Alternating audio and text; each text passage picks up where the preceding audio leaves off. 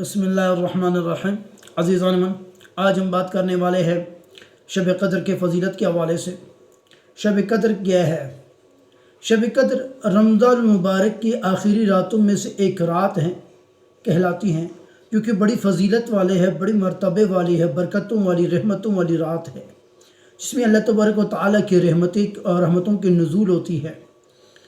और उस रात को शब क़द्र कहते हैं, जिसके बारे में कुरान करीम में फ़ुरक़ान हमीद में मुकम्मल एक सूरत भी वाज़ेह अल्फाज में ज़िक्र हुई है। वो सूरत में अल्लाह तबारक व तआला शब क़द्र के हवाले से, लैलतुल क़द्र के हवाले से खुल के फरमाते हैं, और ख़ास कर उस सूरत में फ़जीलत शब क़द्र भी बयान होती है। चले उस सूरत की तरफ मुख्तसर से रोशनी डाल के फिर आगे बढ़ते हैं। बिस्मिल्लाहिर्रहमानिर्रहीम। इन्ना अंज़लनाहु फ़ी लैलतुल क़द्र। लैलतुल क़द्र क्या है? मैंने अब नाजिल की लैलतुल क़द्र की रात। फिर फरमाते हैं वमा अदराका मा लैलतुल क़द्र, क्या आपको क्या मालूम है कि लैलतुल क़द्र क्या है? लैलतुल क़द्र खैरुम मिन अल्फ़ि शहर। लैलतुल क़द्र एक ऐसी रात है जो 1000 महीनों से अफजल है। सवाब, रहमतें, बरकतें नाजिल होती है उसमें, जो कि 1000 महीनों से अफजल है उस रात में इबादत करना। एक आगे फजीलत नंबर 2 बयान फरमाते हैं, तनज़्ज़लुल मलाइकतु वर्रूह फ़ीहा। तनज़्ज़ल यानी मैं नाजिल कर लेता हूँ मलाइका को उस रात, यानी मलाइका नाजिल होती है उस रात को, ठीक है, शब क़द्र की रात को। वर्रूह फ़ीहा जिब्राईल अमीन के साथ, यानी पूरा उनका गुरोह, पूरा उनका लश्कर जिब्राईल अमीन अलैहिस्सलाम की क़ियादत में शब क़द्र की रात आसमान से ज़मीन की तरफ नाजिल होते हैं। बिइज़्नि रब्बिहिम मिन कुल्लि अम्र, अपने रब के हुक्म को पूरा करने के लिए।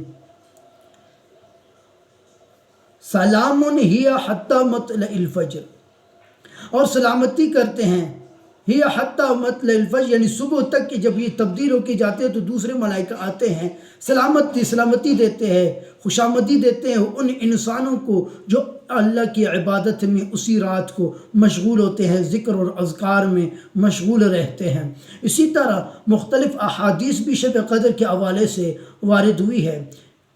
हज़रत अनस रज़ी अल्लाह तआला अन्हु का कौल है, फरमाते हैं कि हुज़ूर अलैहिस्सलातु वस्सलाम ने फरमाया, शब क़द्र की रात को जो ईमान के साथ सवाब के नियत से अल्लाह ताला के ज़िक्र में जब खड़ा रहता है या बैठे या खड़े होकर ज़िक्र करते हैं, तो मलाइका उसे यूँ घेर लेते हैं, उसके लिए रहमत की दुआएं कर लेते हैं। इसकी तशरीह में यूँ फरमाते हैं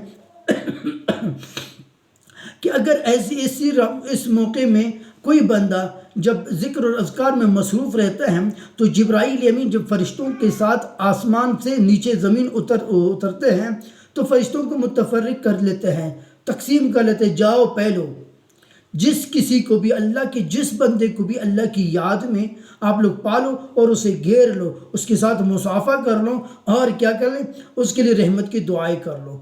कोई जंगल, कोई घर, कोई मोहल्ला, कोई शहर, कोई गली, कोई गांव, कोई बस्ती, कोई जहाँ कहीं भी कोई मोमिन रहता है, कोई मुसलमान रहता है, अल्लाह की याद में होती है, इसी रात को, शब क़द्र की रात को मलाइकों से घेर लेती है, उसके लिए रहमत की दुआएं करती जाती है सुबह तक। समझ आ रही? तो ये बरकतों वाली रात सिर्फ एक घड़ी नहीं है, बल्कि गुरूब आफ्ताब से लेकर सुबह तक इसकी वक़्त है। ये ऐसी कीमती रात है।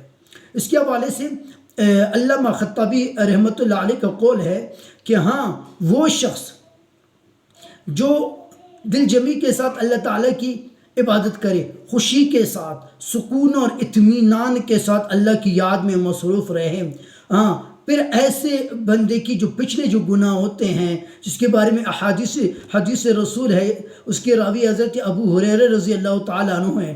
हज़रत अबू हुरैरा फरमाते हैं कि नबी अलैहिस्सलातु वस्सलाम ने फरमाया, जो कोई शख्स इस रात को इबादत में मसरूफ़ रहता है ईमान और सवाब के नियत से, तो उसके पिछले सारे गुनाह माफ़ کر دی جاتی ہے۔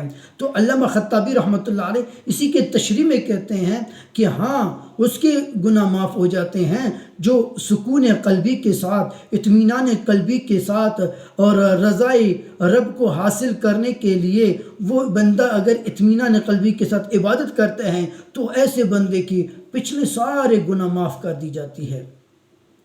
عزیزان من، اس کے حوالے سے شب قدر کے پہلے تو تعین کا علم آقا علیہ السلام کو دیا گیا تھا، معلوم دی گئی تھی۔ تو ایک مرتبہ آقا علیہ السلام اپنی دولت گدے سے جب نکل گئے صحابہ کرام کے پاس آنے کو کہ میں ان کو خوشخبری دوں، کہ ان کو بتا دوں کہ شب قدر کی رات فلان رات ہے۔ تعینی کا علم بھی دیا گیا تھا، چونکہ آقا علیہ السلام جب اپنے دولت گدے سے نکلے تو فاصلے پر دو مسلمان آپس میں لڑ رہے تھے۔ آقا علیہ السلام کے دھیان ان کے طرف بڑھے اور آقا علیہ السلام خود ان کے طرف بڑھے تاکہ ان کے بیچ میں صلح کر لیں۔ چونکہ آقا علیہ السلام ان دونوں کے بیچ میں صلح کرنے کو گئے ہیں، صلح کر لیے، تو اسی دوران اللہ تعالیٰ نے اس علم تعینی کو اٹھا لیا، وہ علم تعینی چلے گئے۔ تو آقا علیہ السلام فرمایا ہے صحابہ کرام، مجھے اللہ تبارک و تعالیٰ نے علم تعینی عطا کیا شب قدر کے حوالے سے، چونکہ آپ لوگوں کی طرف میں زیادہ توجہ دیا، یہ لڑائی ہوئی، اس کے بیس پر اللہ تبارک و تعالیٰ نے وہ علم تعینی کو مجھ سے اٹھا لیا گیا۔ اب مجھے معلوم نہیں کہ شب قدر کی رات کون سی ہے۔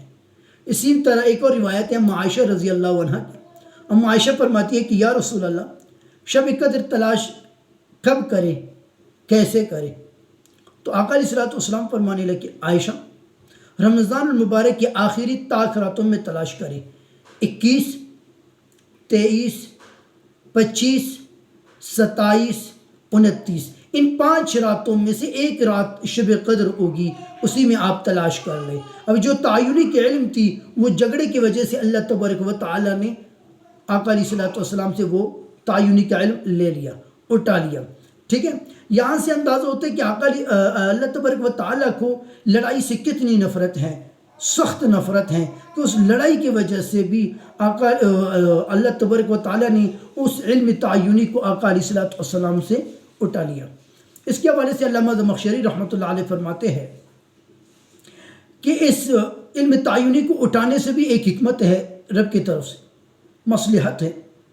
وہ حکمت یہ ہوگی کہ اب انسان پوری سال محنت کرے گی، پوری سال شب قدر کی تلاش میں کوشش کرے گی، تو وہ جب یہ کوشش کرتے جائے گے نا تو اس کے لیے ثواب زیادہ بڑھتے جائیں گے۔